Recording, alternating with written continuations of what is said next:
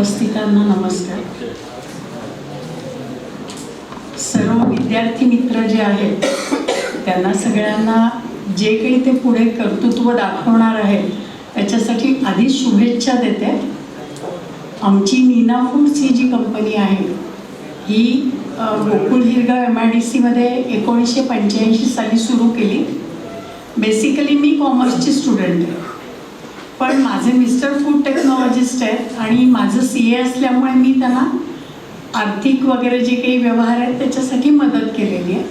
ते पाठीमागून चालणे आपण म्हणतो तशा पद्धतीत थोडंसं आहे. तर मी आमच्या कंपनीबद्दल सांगण्याऐवजी आमचं सगळं जे आहे ते ॲग्री बेस्ड आहे. आपला कोल्हापूर हा समृद्ध संपन्न आहे ॲग्रीच्या बाबतीत. आता इथे जे स्टुडंट सगळे असतील त्यातल्या बऱ्याच जणांच्याकडे शेती असेल आणि हा जो आपला विषय आहे रुरल डेव्हलपमेंट, तर तुमच्यापैकी कुणाला ॲग्रो बेस्ड इंडस्ट्री जर का काही चालू करायची असेल आणि काही प्रश्न असतील तर तुम्ही मला विचारावेत असं मला वाटतं. म्हणजे आपल्याला बोलायला आणि मजा येईल. नाही तर मी एक रटाळ भाषण करणार 10 मिनटं, तुम्ही जांभया देणार, चला झालं संपलं, असं नको व्हायला. तर तुम्ही कोण कोण इंटरेस्टेड आहात रुरल डेव्हलपमेंटवाले स्टुडंट, त्यांनी मला काही विचारणार असाल तर प्रश्न विचारा.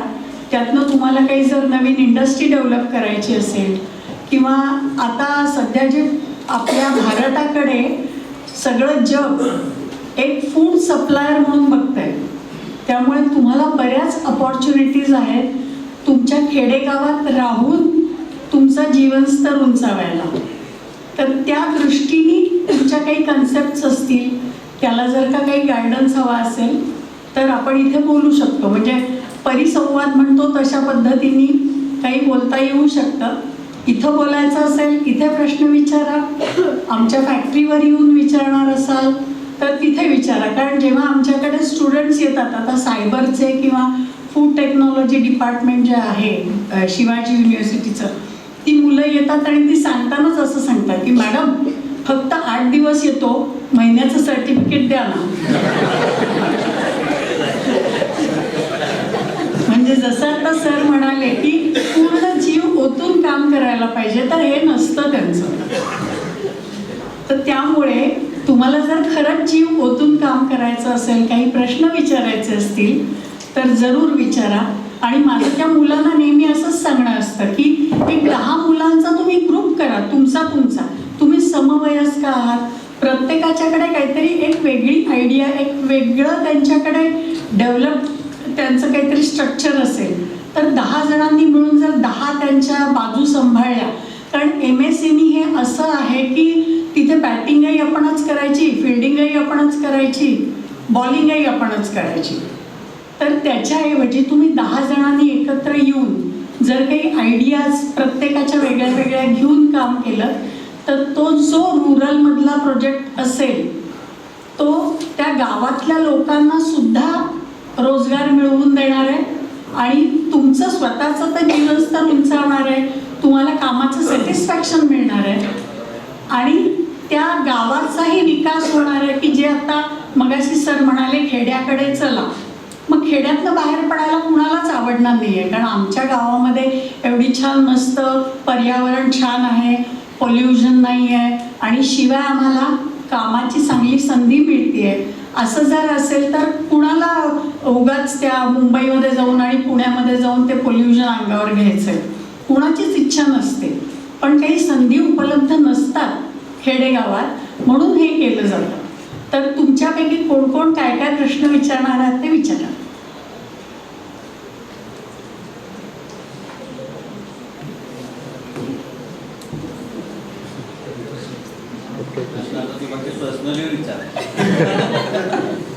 नाही, त्यांचे 10-10, 12-12 जणींचे ग्रुप असतात. पिक्चरला कशा 10 जातात 10 जणी आणि शिवाय 12वीला विचारतात की तू पण येणार आहेस का, तुझं पण बुक करू का तिकीट.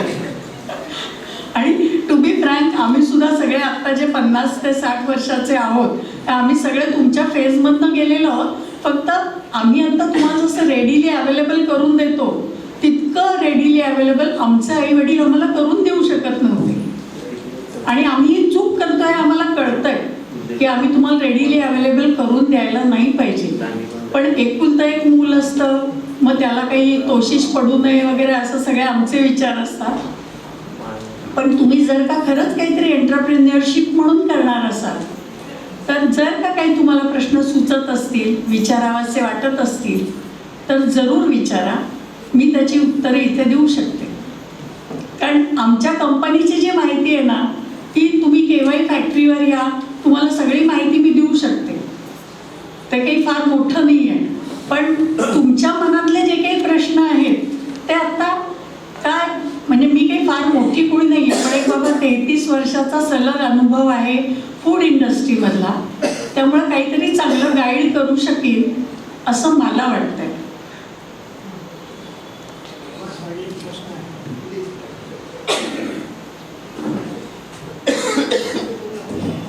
मॅडम, फूड इंडस्ट्रीत अजून काय बदल करू शकतो?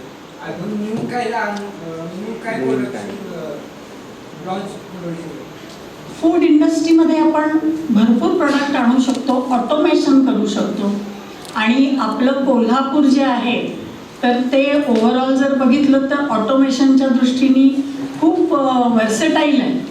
म्हणजे आत्ताच सांगते, आम्ही कोकणातली जी आमची दुसरी फॅक्टरी आहे तर तिथं अननस आमचीच शेती आहे. अगदी खेडेगाव आहे. म्हणजे आता खेडेगावाबद्दलच बोलायचं तर फक्त 400 उंबरा असलेलं गाव आहे. आणि त्या गावामध्ये माझ्या मिस्टरांनी आपल्या गावासाठी आपली काहीतरी बांधिलकी म्हणून फॅक्टरी चालू केली आहे.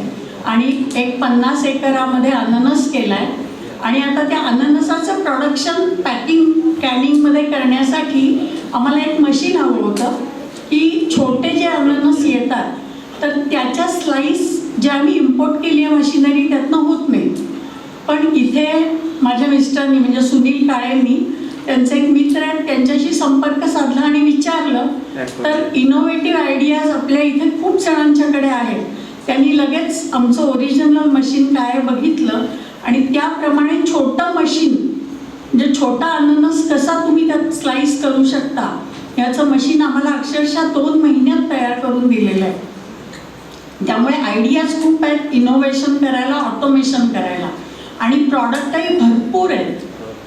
आणि काय आपल्या कोल्हापूरमध्ये खूप भाज्या तयार होतात आणि परदेशामध्ये एक मिक्स व्हेजिटेबलचं पिकलिंग म्हणजे आपल्यासारखं पिकल लोणचं वगैरे नाही ते करत, पण ते जे व्हिनेगर बेस्ड रेसिपीज असतात त्याला तिथे पिकल्ड म्हणतात.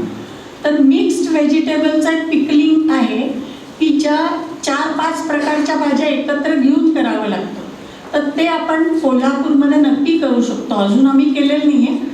आम्ही पिकल्ड बेबीकॉर्न जे आहे म्हणजे बेबीकॉर्न छोटं कणीस मिळतं ते कॉन्ट्रॅक्ट फार्मिंग करून त्याचं प्रोडक्शन करून भारतातून निर्यात करणारे पहिले एक्सपोर्टर आहोत आपल्या कोल्हापुरात. आता 10-12 जण भारतामध्ये झालेले आहेत. पण आपण पहिल्यांदा 2004 साली बेबीकॉर्नचं एक्सपोर्ट केलं. तसंच बीटरूट आपण जे लाल बीट खातो, बऱ्याच जणांना बीट आवडत नाही पण ते चांगलं असतं, लोह बिह त्याच्यातनं मिळतं. तर ते परदेशामध्ये खूप वापरलं जातं. ते पण पिकल्ड या स्वरूपात वापरलं जातं. तर तेही आपण तिथे म्हणजे सुनील काळे अमेरिकेत आणि कॅनडामध्ये जाऊन ते प्रॉडक्ट शोधून आणलं. ते आपण आपल्याकडे डेव्हलप केलं आणि तेही भारतातनं पहिल्यांदा आपल्या कोल्हापुरातनंच गेलेलं आहे एक्सपोर्ट. तर तसे आणि काही प्रॉडक्ट आपण करू शकतो, लिस्टेड आहे आमच्याकडे. पण जर तुम्ही कोणी इंटरेस्टेड असाल तर आपण त्याच्यावर वर्किंग करू शकतो. आणि तसंच ऑटोमेशन जे करायचं आहे तर जे कोणी इंजिनिअरिंगमध्ये डोकं असेल जास्ती तर त्यांना ऑटोमेशन सुद्धा करता येणार आहे. कारण इम्पोर्टेड मशिनरी आमच्याकडे ऑलरेडी आहे वेगळ्या वेगळ्या प्रकारची. आता कोकोनट मिल्क आम्ही करतो, बेबीकॉर्न्स करतो, स्वीटकॉर्नची लाईन आहे आमच्याकडे, ती पण इम्पोर्टेड आहे. स्वीटकॉर्नचे दाणे तुम्ही पिझ्झावर खाता सगळेजण, तर ते आपण इथून एक्सपोर्ट करतो, त्याची लाईन आहे. जर ते बघून मॉडेल छोटं मिनी मॉडेल कोणी तयार करण्यात इंटरेस्टेड असाल तर त्यांनाही आपण ते ओरिजिनल मॉडेल दाखवून त्याच्यावरनं त्यांना वर्किंग करता येऊ शकणार आहे. म्हणजे मी तुम्ही जे भावी एंटरप्रेन्युअर्स आहात त्यांच्यासाठी काय काय संधी फूडमधल्या आहेत की ज्याला आम्ही बॅकअप देऊ शकतो ते सांगते. आणि कोणाला काही प्रश्न विचारायचा आहे? मी Dnyaneshwari Deepak Shinde MBA first year. मी सांगू इथे तर आमच्याकडे डाळिंबाचा बाग आहे भरपूर, आमची पण बाग आहे. पण त्याच्यावर कसं होतंय, आम्ही एक्सपोर्ट करण्याचा युरोपला वगैरे माल करतो, पण व्यापारी त्याचा फायदा घेतात आणि आमच्याकडून 70 रुपये 80 रुपये असे किलो घेतात आणि ते 150 रुपये 200 रुपये असे किलो एक्सपोर्ट करतात. तर मग डाळिंबावरती आपण काय प्रक्रिया करू शकतो का? हो, डाळिंबाचा पॉमोग्रेनेट ज्यूस करता येतो आपल्याला. आणि ॲसेप्टिक पॅकिंग, फक्त काय होतं ॲसेप्टिक पॅकिंग थोडं महाग पडतं, तर त्याच्याऐवजी डाळिंबाचे जे दाणे असतात ते व्हॅक्यूम पॅक करून तेही एक्सपोर्ट करतात. म्हणजे व्हॅल्यू ॲडिशन होतं. तुम्ही फ्रेश नुसतं पॉमोग्रेनेट पाठवण्याच्या ऐवजी जर का ते त्याचे दाणे काढून पाठवलेत पण व्हॅक्यूम पॅक प्रॉपर पाहिजे तर त्याला व्हॅल्यू ॲडिशन तुम्हाला प्राईस मिळू शकते. मग 10-12 शेतकऱ्यांनी एकत्र येऊन हे काम करायला हवं, म्हणजे त्यांना जास्ती त्याच्यात एकालाच एफर्ट्स नाही घ्यावे लागणार. 10 जण 10 प्रकारचं त्यातलं जे काही हर्डल्स असतील ते रिझॉल्व्ह करू शकेल.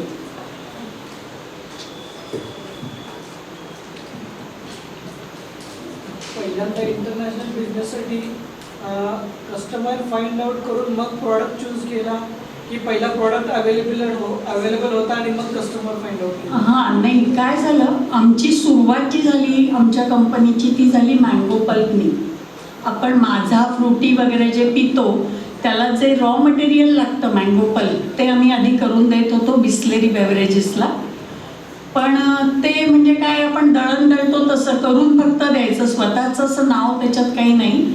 दरम्यानच्या काळात बेबीकॉर्न ताज हॉटेलमध्ये इम्पोर्ट केलेलं माझ्या मिस्टरांनी बघितलं, तर तेव्हा ते असं त्यांच्या डोक्यात आलं की अरे हे तर मका आहे साधा, तो आपण भारतातही पिकवू शकतो. त्या ह्याच्यातनं आम्ही एक 5 शेतकऱ्यांशी कॉन्ट्रॅक्ट केलं, आपलं निपाणी चिकोडी वगैरे त्या भागातल्या, आणि बेबीकॉर्न पहिल्यांदा केलं तिथे. 1992 साली पहिल्यांदा आम्ही बेबीकॉर्नकडे वळलो मँगो पल्पकडून. आणि बेबीकॉर्न तयार झालं, आपले डबे इथे भारतातल्या भारतात जायला लागले सगळीकडे. ते आपलं बेबीकॉर्न बघून युरोपमधल्या जर्मनीमधल्या एका इम्पोर्टरनी आम्हाला कॉन्टॅक्ट केला की जर का तुम्ही कॅनमधलं करताय तर तुम्ही आम्हाला बॉटलमधली एक रेसिपी हवी आहे ज्याला पिकल्ड बेबीकॉर्न म्हणतात, तर तुम्ही डेव्हलप करून द्याल का? कारण ऑलरेडी थायलंडमध्ये पिकल्ड बेबीकॉर्न प्रचंड प्रमाणात विकलं जातं. म्हणजे थायलंड हा अख्ख्या जगाला जवळजवळ 80% पोर्शन जो आहे एक्सपोर्ट होतं, ट्रेड होतं सगळं, ते 80% थायलंड देतो. तर भारत आपल्या मार्फत नीना फूड्सच्या मार्फत पहिल्यांदा जगाच्या बाजारपेठेत उतरलं. आणि तेव्हा तो जो व्यापारी आपल्याकडे आला होता त्याने पहिला कंटेनर मागितला. त्याने पहिला कंटेनर मागितला 2003-04 साली. आणि क्वालिटी मुख्य काय आहे, आपल्या भारतातलं जे सगळे प्रॉडक्ट आहेत ना ते छान क्रंची असतात कम्पेअरिंग टू अदर कंट्रीज. त्यामुळे आपला जो बेबीकॉर्नचा क्रंचीनेस होता त्याच्यामुळे आपल्याला कंटिन्युअस ऑर्डर मिळत गेल्या. 2003 सालापासून आजपर्यंत कंटिन्युअस बेबीकॉर्नच्या एक्सपोर्ट ऑर्डर्स आहेत, ॲज वेल ॲज डोमेस्टिक मार्केट पण आहे.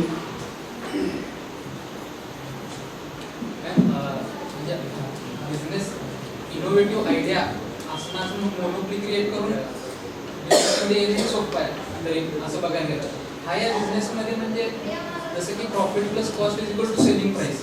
आजकाल काय झालंय की सगळीजण आपलं प्रॉफिट करून सेलिंग प्राईस कमी करून कसं बिझनेस चालवतो ह्याच्यावर लक्ष द्यायला लागतं. बट मेनली इनोव्हेशन आपण बघत आलो जे सक्सेसफुल झाले त्यांनी कॉस्ट कमी करून सेलिंग प्राईस कमी केली, ना की प्रॉफिट कमी करून. तसं करा आज आमच्याकडे आयडिया, आम्ही इनोव्हेटिव्ह नाही की कुठली नवीन आयडिया आणणार ती मार्केटने एक्सेप्ट करू. आमच्याकडे समजा प्रोडक्ट आहे, आम्हाला मार्केटमध्ये सुरुवातीला एंट्री भेटायचं असलं तर आपल्याला मार्केट रेटनुसार जायला लागणार आहे. आपल्याकडे पैसे नसले आम्ही कोपअप करू शकत नाही. आम्हाला जी कॉस्ट कमी करायची आहे ती त्या लेवलला एंट्री करूच तर खरं त्या मार्केटमध्ये टिकलं पाहिजे. बरोबर. स्टार्टिंगला तुम्ही कॉस्ट रिड्यूस करायचं असतं तर ती कोण पण केलं असं आयडिया आहे. बट हे आयडिया आहे मी करू शकत नाही कारण की आमच्याकडे फायनान्शियल कॅपिटल कमी असतं. बट हे आयडिया पण एक्सप्रेस पण करू शकत नाही. एकदा एक्सप्रेस केलं की नाही आपल्याला म्हणजे ते काही कोण पण कॉपी करू शकतो. म्हणजे त्याला कसं उतरवायचं म्हणजे प्रॅक्टिकल काय आहे आता तुमची जी इनोव्हेटिव्ह काही आयडिया आहे आणि ती तुम्ही लॉन्च करणार आहे, तर बेसिकली कसं पाहिजे की ती जी तुमची इनोव्हेटिव्ह आयडिया आहे तर ती जगामध्ये किती लोक ॲक्सेप्ट करणार आहेत याचाही अंदाज घ्यायला पाहिजे. मी ती म्हणलं नाही, कॉस्ट तुमची त्याच्यात बाबा किती आहे, एक्स अमाऊंट आहे, पण ती जी इनोव्हेटिव्ह आयडिया आहे ती आज तुमची 10 जणांनाच फक्त आवडली, पण विदिन अ लिमिटेड स्पॅन ती फास्टेस्ट तुम्ही जर का सर्क्युलेट केली आणि लोकांना आवडली तर ऑटोमॅटिकली तुमचा सेल जास्ती होणार, कॉस्ट तुमची ऑटोमॅटिकली कमी होणार. आणि दुसरं असं आहे की बऱ्याच सबसिडीज मिळतात, ते याच्यासाठी मिळतात. स्टार्टअप सबसिडीज आपण ज्या म्हणतो ना त्या तुमच्या कॉस्टमध्ये तुम्ही सस्टेन व्हावं म्हणूनच देत असतात. पण लोक त्याचा गैरफायदा घेतात, म्हणजे सबसिडी खातात, ढेकर देतात आणि टाळा घालतात.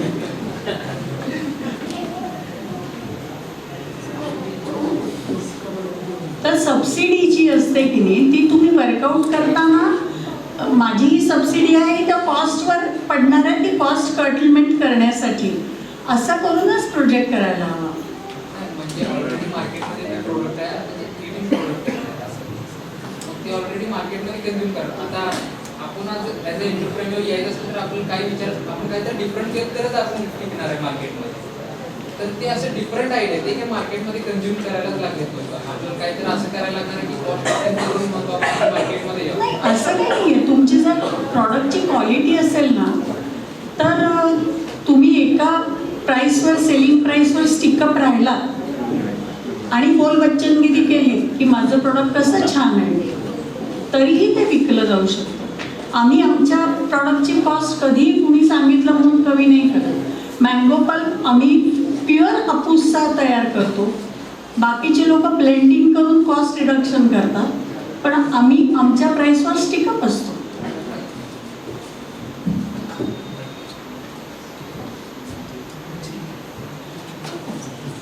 आता ज्यांना ज्यांना काही प्रश्न विचारायचे आहेत त्यांनी फॅक्टरीवर जरूर या. गोकुळ शिरगावला आमची फॅक्टरी आहे. फॅक्टरीचा पत्ता आहे D7 MIDC गोकुळ शिरगाव. कंपनीचं नाव आहे नीना फूड्स. बघा कोण कोण एंटरप्रेन्युअर्स तयार होत आहेत. पिक्चरला जायच्याऐवजी एकदा तिकडे पिकनिक. ओके, ठीक आहे. अच्छा, सगळ्यांना शुभेच्छा.